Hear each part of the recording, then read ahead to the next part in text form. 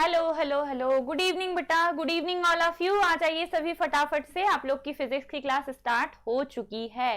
And I think आज ये stream live सारे बच्चे देख पा रहे होंगे, नॉट ओनली पेड बैच वाले but also YouTube student also, है ना। आज हमने इसे पब्लिक रखा है ताकि थोड़ा बहुत प्रमोशन हम भी कर लें।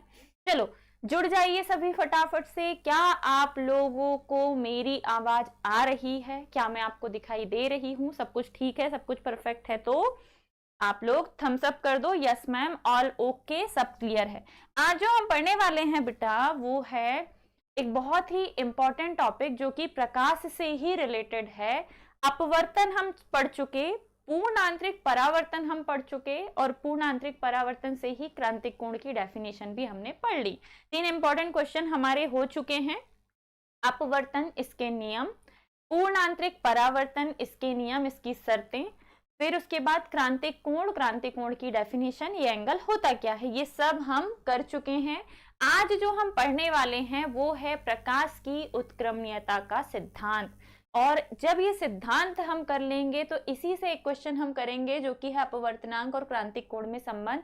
आपको जानकर थोड़ी सी हैरानी होगी कि अपवर्तनांक और क्रांतिक कोण में संबंध वाला जो क्वेश्चन है वो इस बार 4 मार्कर क्वेश्चन में डाला गया था 2 नंबर के लिए। ठीक है, 4 नंबर के 4 टॉपिक पूछे गए थे जिसमें से 2 नंबर में उसने अपवर्तनांक और क्रांतिक कोण में क्या पूछा था बेटा? संबंध पूछा था। तो स्टे ट्यून, ध्यान से बने रहिएगा, बिल्कुल अपनी नजरें जो है वो यहाँ टिकाए रखना। हम पहले पढ़ने वाले हैं प्रकाश की उत्क्रमणीयता का सिद्धांत। क्या पढ़ने वाले हैं बेटा?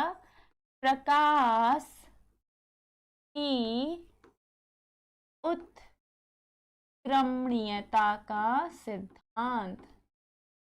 उत्क्रमणीयता का सिद्धांत, ठीक है। ध्यान से समझना, आसान है, मजा आएगा पढ़ने में।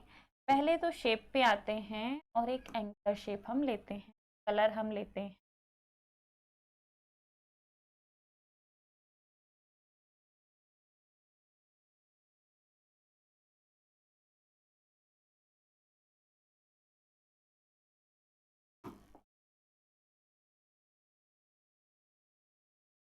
डन। ये कांच का गुटका है। ये क्या है बेटा? कांच का गुटका। कांच के गुटके के ऊपर कोई प्रकाश किरण जो है वो कुछ ऐसे आपतित हो रही है, ऐसे, वो कुछ ऐसे प्रकाश किरण आपतित हो रही है। फिर क्योंकि जहां से ये आपतित हुई है उधर का माध्यम है वायु ना, ऊपर वाला यहाँ का जो माध्यम है बेटा वो है वायु। वायु जिसे एयर कहा जाता है। ये जो गुटका है ये है कांच का, कांच जिसे ग्लास कहा जाता है। और नीचे का माध्यम वापस से हो जाएगा वायु, हम इसे एयर कहेंगे।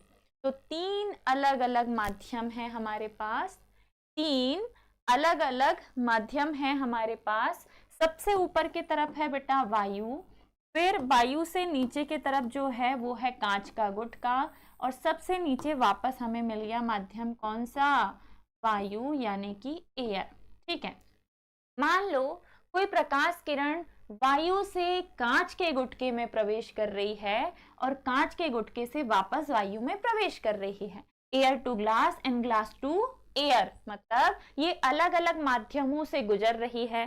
पहले वायु में थी, फिर उसके बाद कांच में पहुंची, फिर उसके बाद वापस से काय में पहुंच गई बेटा? वायु में। तो होगा क्या, जब प्रकाश किरण वायु से कांच में जाती है तो वायु जो है वो एक विरल माध्यम है।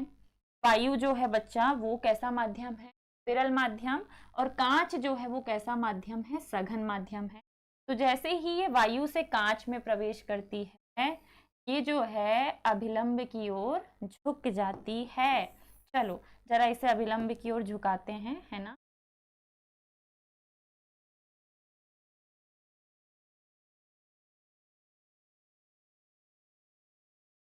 अभिलंब की ओर ये क्या हो गई? झुक गई। अभिलंब की ओर क्या हो गई? झुक गई। डन। चलिए बढ़िया। मान लीजिए कोई प्रकाश किरण है जो कि जब वायु से कांच में प्रवेश करती है तो कांच में प्रवेश करते से ही ये बीच वाली एक लाइन हम खींचेंगे जिसे हम कहेंगे अभिलंब, है ना। बीच वाली एक स्ट्रेट लाइन हम खींचेंगे जिसे हम कहेंगे अभिलंब, और ये जो प्रकाश किरण है अभिलंब की ओर झुक जाती है। चलो अभिलंब हम दूसरा बनाते हैं येलो कलर से।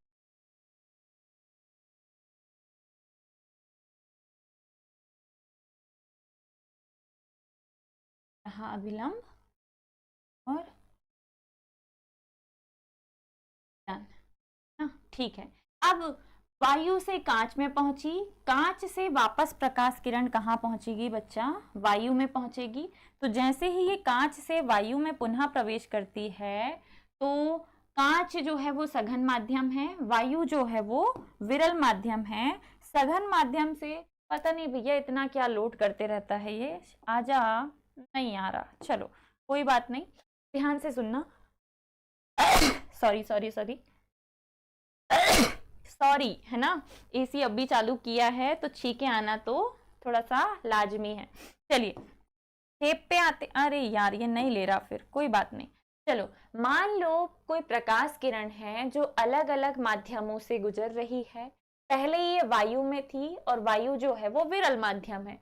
विरल माध्यम से सघन माध्यम में जब प्रकाश किरण पहुंचेगी तो जा ऐसे रही थी अभी अभिलंब की ओर झुक गई, मतलब विरल से सघन में जाने पर ये अभिलंब से अभिलंब की ओर झुक जाती है। अब सघन माध्यम से वापस ये विरल माध्यम में जा रही है तो वापस अभिलंब से दूर हट जाती है। पहले अभिलंब, ये रहा अभिलंब, डन। चलिए बढ़िया, नाउ सिलेक्ट करो और इसे भी सिलेक्ट करो, अब ठीक है ना। अब ध्यान से देखना, प्रकाश किरण जो है बच्चा आपतित हुई थी ए बी दिशा में, बीसी दिशा में इसका अपवर्तन हो गया, सीडी दिशा में ये निकल गई बाहर। आपतित हुई थी ए बी दिशा में, बीसी दिशा में इसका अपवर्तन हो गया, सीडी दिशा में निकल गई बाहर। तो जब ये आपतित हुई ना तो इसने बनाया बेटा आपतन कोण, और आपतन कोण बनेगा आपतित किरण अभिलंब के साथ जो कि होगा आई। फिर यहाँ अभिलंब के साथ अपवर्तित किरण जो कोण बनाएगी वो होगा आर। सामने वाला ये यहाँ अभी अपवर्तन हुआ है, बिंदु सी तक अपवर्तन हो ही रहा है, तो बिंदु सी पर भी जो ऊपर की ओर कोण बनेगा वो बनेगा आर। और बाहर जब किरण निर्गत हो गई तो हम वापस से इसे बना लेंगे आई। ऐसा क्यों, तो अभी ध्यान से सुनना। हम पढ़ रहे हैं उत्क्रमणीयता का सिद्धांत। ये सिद्धांत बताता है कि यदि कोई प्रकाश किरण अलग अलग माध्यमों से गुजरती है या अलग अलग माध्यमों से अपवर्तित होती है और यदि उसके मार्ग को उलट दें, पहले ये वायु में थी, वायु से कांच में पहुंची, कांच से वापस वायु में पहुंच गई, है ना। फिर नीचे से ऊपर की तरफ देखो, नीचे ये वायु में है, फिर पहुंची है कांच में और कांच से वापस पहुंची है वायु में। मतलब चाहे आप ऊपर से नीचे देखें, चाहे आप ऊपर से नीचे देखें या नीचे से ऊपर देखें, प्रकाश किरण का रास्ता वही है जो पहले था कि ये वायु से कांच, कांच से वायु में पहुंची, और जब नीचे से ऊपर जाएगी तब भी वायु से कांच, कांच से वायु में पहुंचेगी। इसीलिए आने वाले जो कोण बने हैं जाने वाले कोणों के बराबर होंगे। मतलब अगर बिंदु बी पर आपतन कोण आई बना है तो बिंदु सी पर भी आपतन कोण आई ही होगा, क्योंकि यही बोलता है उत्क्रमणीयता का सिद्धांत। मैं लिख के बताती हूं, अपने आप आपको थोड़े समय में समझ में आ जाएगा। इंपॉर्टेंट क्वेश्चन है बेटा, 3 मार्कर क्वेश्चन है, पूछा जाने वाला प्रश्न है, तो प्लीज ध्यान से देखिएगा। क्या है उत्क्रमणीयता का सिद्धांत? अगर कोई प्रकाश किरण अगर कोई प्रकाश किरण विभिन्न माध्यमों से अपवर्तित हो रही हो, अगर कोई प्रकाश किरण विभिन्न माध्यमों से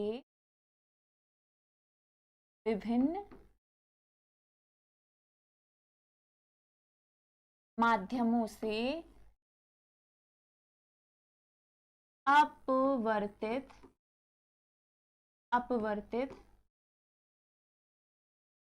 हो रही हो और अपवर्तित हो रही हो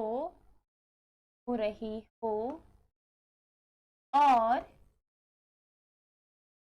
यदि उसके मार्ग को उलट दें, यदि मार्ग को उलट दें तो वह जिस मार्ग से प्रवेश करती है,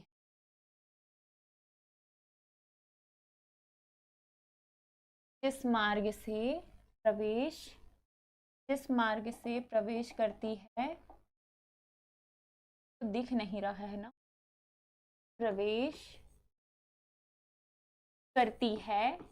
यदि कोई प्रकाश किरण अलग अलग माध्यमों से अपवर्तित हो और यदि उसके मार्ग को उलट दे तो वह जिस मार्ग से प्रवेश करती है उसी मार्ग में वापस लौट जाती है, उसी मार्ग में वापस लौट जाती है। मतलब A B B C C D में गई है तो D C C B B A वाले रास्ते में ही वापस लौट जाएगी, वापस लौट जाती है। यही उत्क्रमणीयता का सिद्धांत है, यही उत्क्रमणीयता का सिद्धांत है। यदि कोई प्रकाश किरण विभिन्न माध्यमों से अपवर्तित हो रही हो, अलग अलग माध्यमों से होकर गुजर रही हो और यदि उसके मार्ग को उलट दें, आ ऐसे रही थी ऊपर से नीचे, जा ऐसे रही है नीचे से ऊपर, तो आने का रास्ता और जाने का रास्ता एक जैसा होगा, इसे ही कहा जाता है उत्क्रमणीयता का सिद्धांत। मान लो बिंदु बी पर प्रकाश किरण वायु से कांच में प्रवेश कर रही है, तब आपतन कोण I है, अपवर्तन कोण R है। बिंदु बी पर प्रकाश किरण वायु से कहां प्रवेश कर रही है बेटा? कांच में। बिंदु बी पर प्रकाश किरण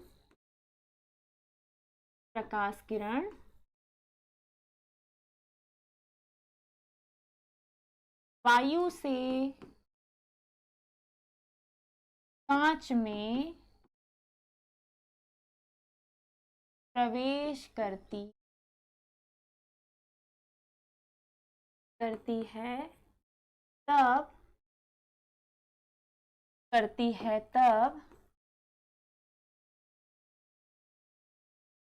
आपतन कोण I व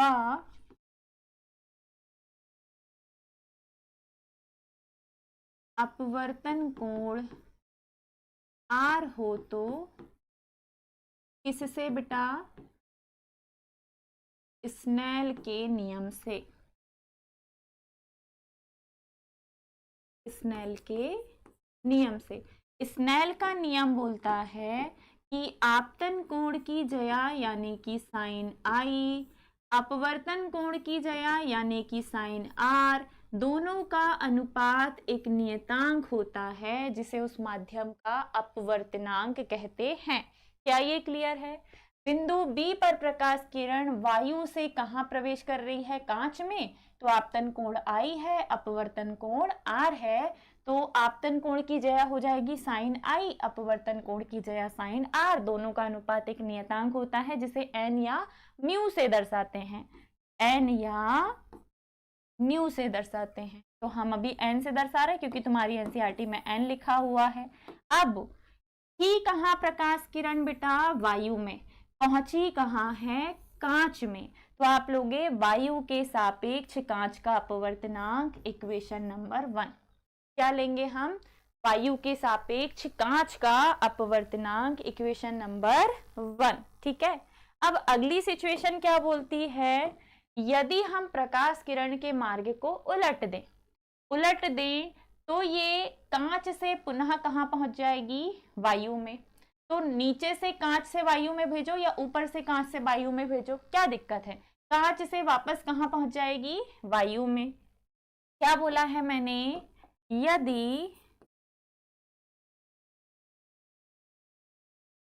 प्रकाश किरण के मार्ग को उलट दें तो मार्ग को उलट दें तो वह कांच से पुनः वायु में प्रवेश करती है। अतः आपतन कोण पुनः स्नेल के नियम से अगर हमने प्रकाश किरण को वायु से कांच में भेजा था तो समीकरण 1 मिला था। अब ये बोल रहा है कि कांच से वापस कहाँ भेज दो? वायु में। तो कांच में आपतन कोण R है और वायु में अपवर्तन कोण I हो जाएगा, है ना। वायु में अपवर्तन कोण क्या हो जाएगा? I हो जाएगा। तो थी कहाँ अभी? कांच में, और कांच में कोण है साइन R। पहुंची कहाँ है? वायु में। वायु में कोण है साइन I। दोनों का अनुपात हो जाएगा एक नियतांक। थी कहाँ बेटा? कांच में। पहुंची कहाँ है? वायु में। That is equation number 2। उत्क्रमणीयता का सिद्धांत बोलता है कि जब प्रकाश किरण अलग अलग माध्यमों से अपवर्तित होती है या अलग अलग माध्यम में प्रवेश करती है और यदि उसके मार्ग को वापस उलट दें, तो जब आ रही थी तो वायु कांच वायु में आ रही थी, जब जा रही है तो वायु कांच वायु में जा रही है। तो अगर उसके मार्ग को उलट देंगे तो वो जिस मार्ग से प्रवेश करती है उसी मार्ग में वापस लौट जाती है। यही है उत्क्रमणीयता का सिद्धांत। बिंदु V पर प्रकाश किरण वायु से कांच में पहुंची थी तो हमने वायु के सापेक्ष कांच का अपवर्तनांक लिया, एयर के सापेक्ष ग्लास का अपवर्तनांक, स्नेल का नियम होता है sin I upon sin R। मार्ग को उलट दो तो R से वापस I में जाएगी, मतलब कांच से वापस कहाँ जाएगी? वायु में। तो कांच में आपतन कोण क्या है? R। इधर अपवर्तन कोण क्या है? इधर अपवर्तन कोण क्या है? I। तो ऊपर आ जाएगा साइन R, नीचे आ जाएगा साइन I। पहुंचे थे हम ग्लास में, पहुंच गए हैं वायु में। That is equation number 2।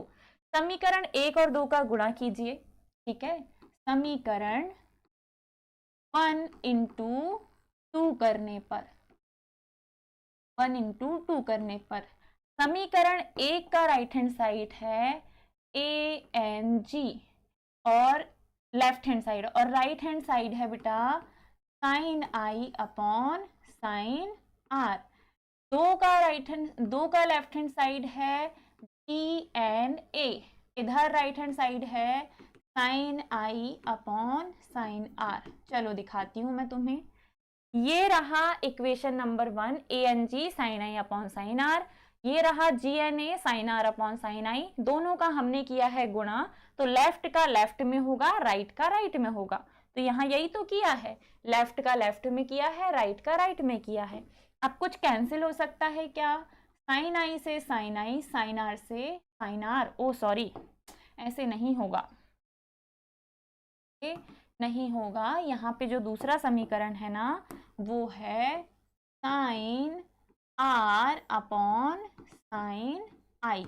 अभी भी कैंसिल हो जाएगा, साइन I से साइन I, साइन R से साइन R कैंसिल। जो बचा है वो है ANG, जो बचा है वो है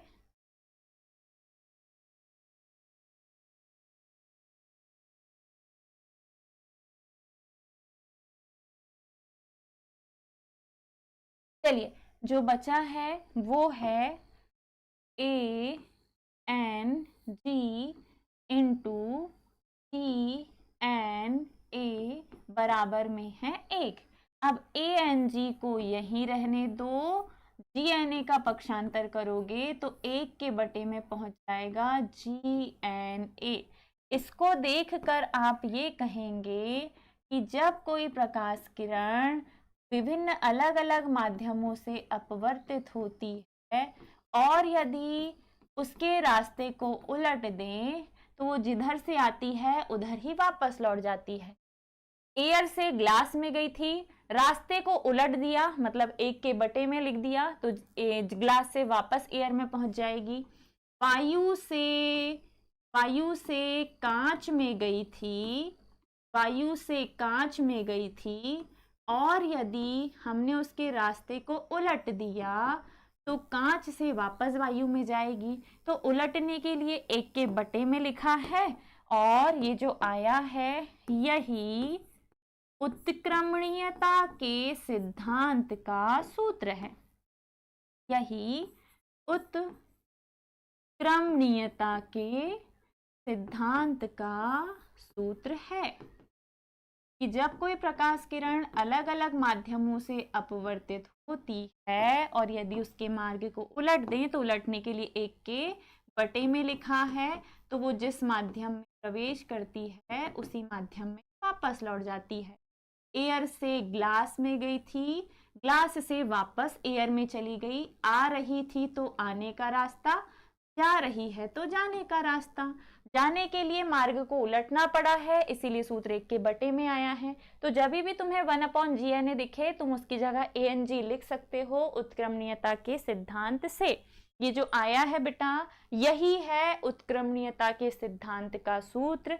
आई होप सो आप लोगों को समझ आया होगा, कोई दिक्कत कोई परेशानी नहीं होगी। अगर हो तो अभी पूछ सकते हो, बाद में फिर मौका नहीं मिलता पूछने का, है ना। एक बार और मैं इसे रिकैप करवा देती हूँ ताकि आप लोगों को कोई कंफ्यूजन ना रहे, है ना, ताकि आप लोगों को कोई कंफ्यूजन ना रहे।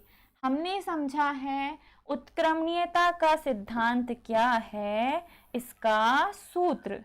तो डेफिनेशन बोलती है अगर कोई प्रकाश किरण विभिन्न माध्यमों से अपवर्तित हो रही हो, विभिन्न माध्यम वायु, कांच और वायु, अलग अलग माध्यमों से अपवर्तित हो और यदि उसके मार्ग को उलट दें तो पहले वायु कांच वायु में आई, पलटोगे तो भी कांच से वायु में ही जाएगी, वायु से कांच में आई और कांच से कहाँ चली जाएगी बेटा, वायु में। जितने भी बच्चे देख रहे हैं मैं उम्मीद करती हूँ बेटा अब तक तुम लोगों ने लाइक कर दिया होगा, लाइक वाइक कर दो जरा, थोड़ा बहुत अगर हो सके तो फ्रेंड्स को शेयर कर दो। और रेगुलर बैच पे अगर आप लोग हमसे रेगुलरली पढ़ाई करना चाहते हो, क्लासेस रोज होती हैं, है ना, क्लासेस रोज होती है, लेकिन वो सिर्फ पेड बैच या सब्सक्रिप्शन बैच वाले जो बच्चे हैं उनके लिए होती है। तो आप लोग अगर चाहें तो शेयर कर सकते हैं अपने दोस्तों को, जिन्हें भी जरूरत हो, जो भी MP बोर्ड या किसी भी ऐसे बोर्ड के बच्चे हैं जहाँ पे NCERT सिस्टम लागू है, तो वो पेड बैच का सब्सक्रिप्शन ले सकते हैं। रेगुलरली तीनों क्लासेस आपकी होती है, फिजिक्स, केमिस्ट्री और बायोलॉजी। अभी फिजिक्स की होगी, इसी लिंक पे नेक्स्ट क्लास केमिस्ट्री की होगी, केमिस्ट्री के बाद होगी बायोलॉजी की। अभी हमने चैप्टर नंबर 9 चालू किया है, चैप्टर नंबर 1, 2, 3 हमारे हो चुके। जैसे ही कोर्स खत्म होगा हमारा रिविजन मोड स्टार्ट हो जाएगा। बीच बीच में आप लोगों की ऑब्जेक्टिव प्रैक्टिस भी करवाई जाएगी और आप लोगों को नोट्स भी दिए जाएंगे, ठीक है, नोट्स भी प्रोवाइड किए जाएंगे। तो कोई दिक्कत नहीं मैडम। चलिए हम समझ रहे हैं प्रकाश की उत्क्रमणीयता का सिद्धांत। इस सिद्धांत की डेफिनेशन हो गई। हमने बोला कि मान लो बिंदु बी पर प्रकाश किरण वायु से कहाँ प्रवेश कर रही है, कांच में, तो हम लेंगे वायु के सापेक्ष कांच का अपवर्तनांक और लगा देंगे स्नेल का नियम।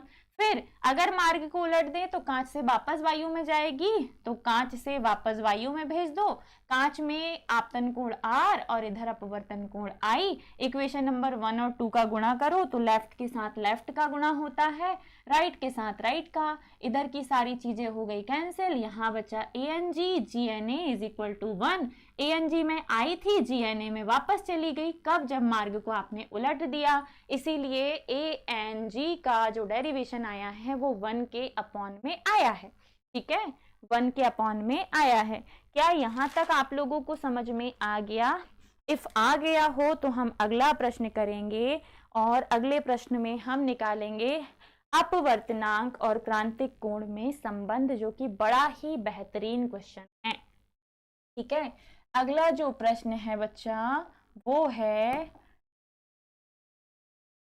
अपवर्तनांक वर्तनांक और अपवर्तनांक और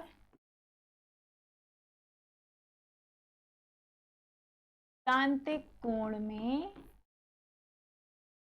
संबंध। और लास्ट ईयर ये 4 नंबर वाले प्रश्न में 2 नंबर के लिए दिया था।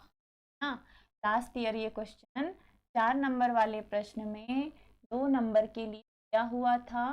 तो ये मत सोचना कि ये नहीं पूछ सकता, बिल्कुल पूछा जा सकता है। तैयार रहना है आपको। हमें करना है अपवर्तनांक और क्रांतिक कोण में संबंध। अब इस संबंध के लिए सबसे पहले हम सबको पता है कि क्रांतिक कोण केवल तब बनता है जब प्रकाश किरण सघन माध्यम से विरल माध्यम प्रवेश करती है। सघन माध्यम से विरल माध्यम में प्रवेश करती है। तो बिल्कुल प्रवेश करवाएंगे, जरा थोड़ा सा धैर्य रख लो। बिल्कुल प्रवेश करवाएंगे हम, थोड़ा सा धैर्य रखिए।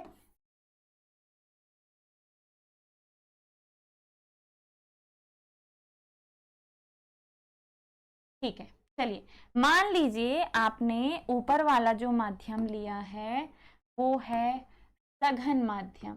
वो कौन सा माध्यम है? सघन माध्यम, ग्लास। नीचे वाला माध्यम जो है वो विरल माध्यम, एयर। तो मान लो कोई प्रकाश किरण सघन माध्यम कांच से विरल माध्यम वायु में प्रवेश कर रही है। तो करवाइए बेटा प्रवेश, है ना। सघन माध्यम कांच से विरल माध्यम वायु में प्रवेश कर रही है। तो हम जानते हैं सघन से विरल में जाने पर प्रकाश किरण जा ऐसे रही थी बेटा, सीधे सीधे, लेकिन जैसे ही माध्यम बदला प्रकाश की चाल बदली और सघन से विरल में जाने पर चाल अधिक हो जाती है और अधिक होने पर अभिलंब से ये दूर हट जाती है। अधिक होने पर अभिलंब से ये दूर हट जाती है। ये मैंने आपको अपवर्तन में समझाया है कि अगर कोई प्रकाश किरण सघन से विरल में जाएगी तो अभिलंब से दूर हट जाएगी। Very very very important question, ध्यान से समझिएगा। इस स्थिति में बेटा आपतन कोण I बनेगा, अपवर्तन कोण R बनेगा।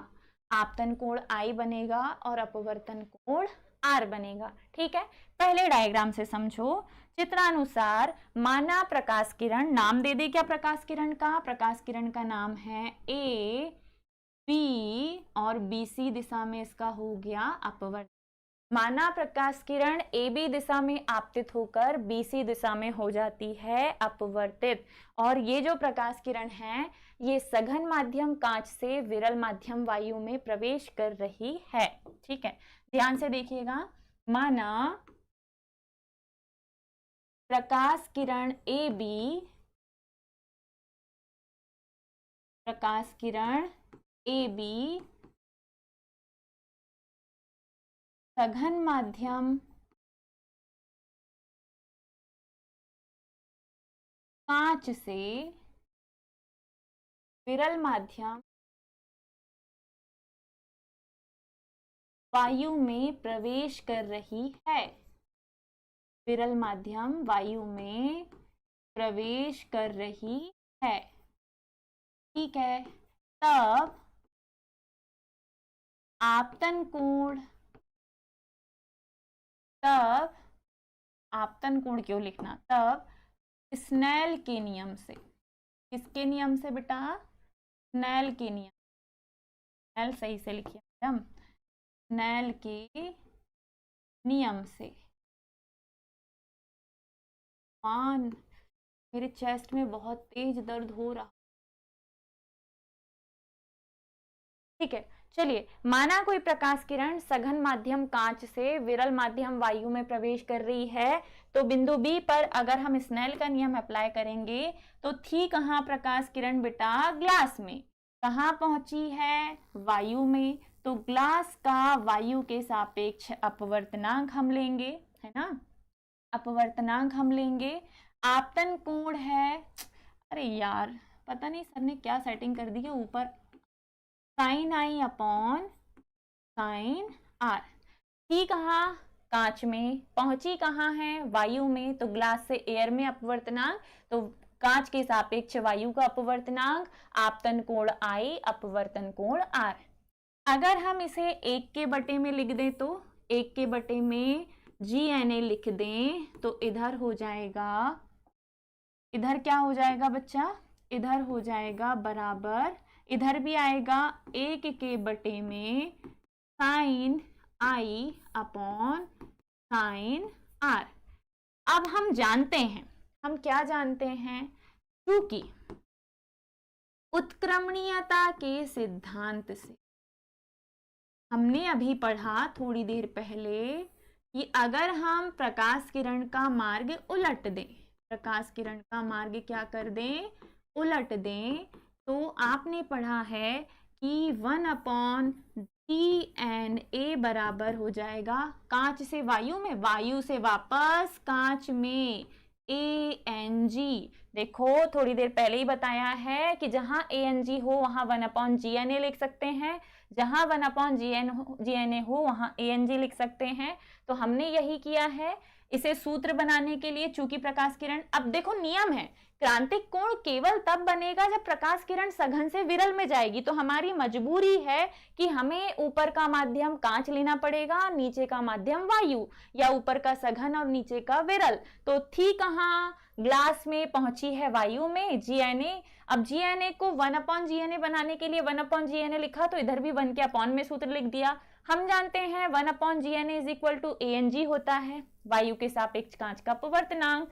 तो यहाँ जो 1/GNA है वो बन जाएगा बेटा ANG, साइन R चला जाएगा ऊपर और साइन I हो जाएगा नीचे। That is equation number 1, that is equation number 1।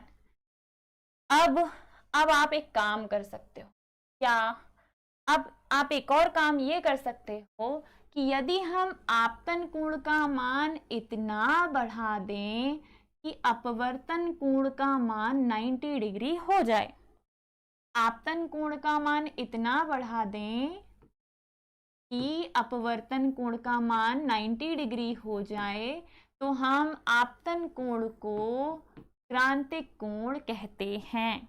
और एक और बात, ये है कांच और ये है वायु, कांच सघन माध्यम है, वायु विरल माध्यम है। और मैंने बोला है यदि हम समीकरण 1 को अगले पेज पे लो, समीकरण 1 आया है ANG is equal to sine R upon sine I।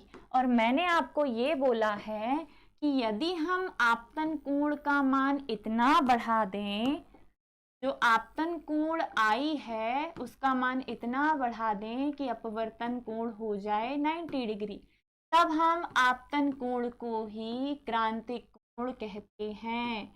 ऊपर का माध्यम कांच, नीचे का माध्यम वायु। तो हमने माना है, माना क्या, ये होता है। इक्वेशन नंबर 1 आया था ये, और मैंने ये बोला यदि आपतन कोण के किसी मान पर अपवर्तन कोण 90 डिग्री हो जाए, तब आपतन कोण को आपतन कोण ना कहकर क्रांतिक कोण कहा जाता है। मतलब आपतन कोण I क्रांतिक कोण C बन जाता है। 2025 में ये ऑब्जेक्टिव में पूछा गया था कि आपतन कोण के जिस मान पर अपवर्तन कोण 90 डिग्री हो जाता है उसे खालिस्तान कहते हैं, उसे क्रांतिक कोण कहते हैं। क्या कहते हैं बेटा, क्रांतिक कोण, क्रिटिकल एंगल। आपतन कोण के जिस भी मान पर अपवर्तन कोण 90 डिग्री हो जाएगा तो आपतन कोण क्रांतिक कोण कहलाएगा। समीकरण 1 लीजिए, और समीकरण 1 में जो मान आपने माने हैं वो रखिए। ANG is equal to sine R का मान है साइन 90, साइन I का मान है साइन C। ठीक है, साइन R का मान है साइन 90 और साइन I का मान है साइन C। क्योंकि साइन 90 बराबर हो जाता है 1, तो बचेगा ANG बराबर 1/sin C। ये हो गया, या सिर्फ अपवर्तनांक और 1/sin c, दोनों ही अपवर्तनांक और क्रांतिक कोण के सूत्र हैं। ये जो दोनों आए हैं कि आपने ये लिख दिया या करके ANG को बना दो सिर्फ n, माध्यम के सापेक्ष अपवर्तनांक ना लेकर सिर्फ अपवर्तनांक लेके लिख दो 1/sin c। यही दोनों समीकरण बेटा, ये भी और यह भी, यही अपवर्तनांक, रिफ्रैक्टिव एंगल और क्रांतिक कोण में संबंध है। n और c में संबंध है, म्यू और c में संबंध है, अपवर्तनांक और क्रांतिक कोण में संबंध है। डन। यहां तक हमने दोनों क्वेश्चन कर लिए। पहला क्वेश्चन हमने उत्क्रमणीयता का सिद्धांत पढ़ा, दूसरा क्वेश्चन 2 नंबर में दिया था, ये पर्याप्त है 2 नंबर के लिए, है ना, मिल सकते हैं 2 नंबर। तो दूसरा क्वेश्चन था अपवर्तनांक और क्रांतिक कोण में संबंध निकालिए। क्रांतिक कोण बनाने की पहली ही कंडीशन है कि प्रकाश किरण सघन से विरल में जानी चाहिए। तो हमने माना कि कोई प्रकाश किरण सघन माध्यम कांच से विरल माध्यम वायु में प्रवेश कर रही है। आपतित किरण है AB, सघन से विरल में गई, इस स्थिति में लगाया स्नेल का नियम, कांच से वायु में गई है तो कांच के सापेक्ष वायु का अपवर्तनांक आपतन कोण sin i, अपवर्तन कोण sin r, जया लेते हैं, स्नेल का नियम है ये। अब इसे हमने उत्क्रमणीयता का सिद्धांत बनाने के लिए 1/GNA लिखा, तो इधर भी 1/sin i r हो जाएगा।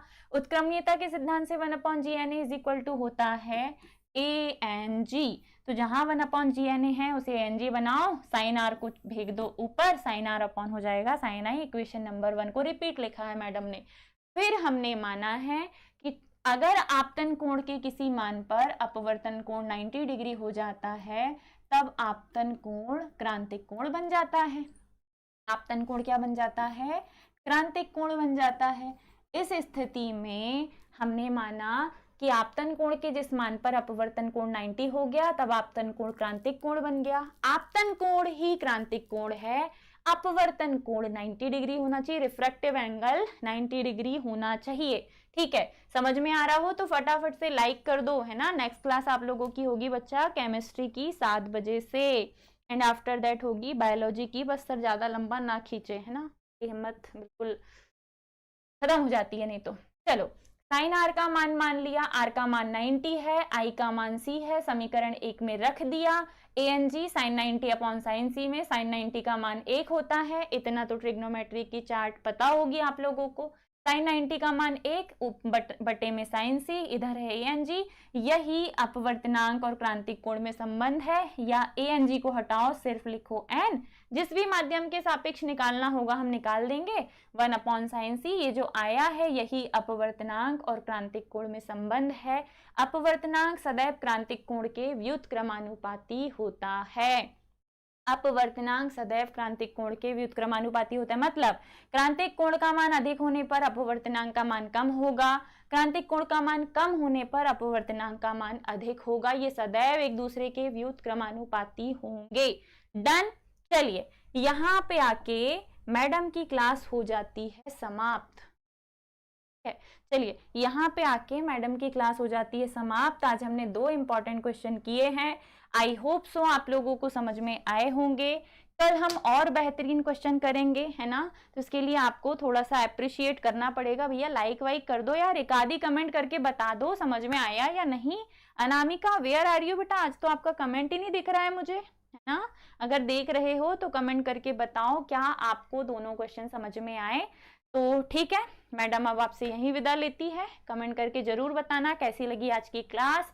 और कल के लेक्चर में हम थोड़ा सा इंपॉर्टेंट क्वेश्चन पढ़ने वाले हैं, तो कल भी रेगुलर रहो थोड़ा सा, है ना। ऑनलाइन है इसका मतलब ये थोड़े ना कि टीचर नहीं देख रहा तो हम रेगुलर नहीं रहेंगे। लॉस आप लोगों का ही होगा बेटा। नेक्स्ट क्लास 7 बजे से होगी आपकी केमिस्ट्री की, 7 बजे से सर। ठीक है, चलिए हम विदा लेते हैं आपसे। स्वस्थ रहिए, मुस्कुराते रहिए, ऐसे ही जुड़े रहिए सरल एकेडमी के साथ। बाय बाय बेटा, टेक केयर, राधे राधे।